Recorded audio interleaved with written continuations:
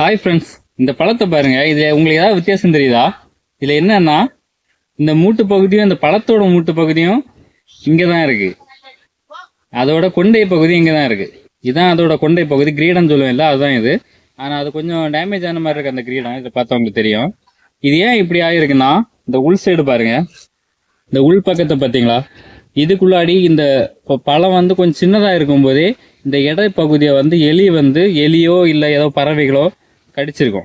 எலி, அணில் அந்த மாதிரி எதுவானாலும் இந்த இடப்பகுதியை மட்டும் கடிச்சிட்டு சின்னதாக இருக்கும்போது இது அதனால தான் இது வளர வளர அப்படி பெண்டாகி வந்துட்டு வேற பெண்டான காய்கள் தனியாக இருக்கும். கூனு காய்கள் அப்படின்னு நாங்கள் சொல்லுவோம். பெண்டு காய்கள், வளைஞ்ச காய் அப்படின்னாலும் சொல்லுவோம். அது வேற, இது வேற. இது வந்து கடிச்சனால இப்படி ஆனது. அந்த பெண்டு காய்களை வந்து கடிக்காமையே ஆட்டோமேட்டிக்காகவே பெண்ட் ஆகும். அந்த நம்ம வீடியோவில் நிறைய இருக்குது அந்த மாதிரி.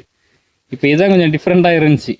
இது முன்னாடியே நான் பார்த்தேன், கொஞ்சம் இது சின்னதாக இருக்கும்போது கடிச்சிருந்ததை பார்த்தேன். ஆனால் இப்போ தான் அதை வெட்டி எடுத்திருக்கோம். ஒரு குடம் மாதிரி இருக்குது.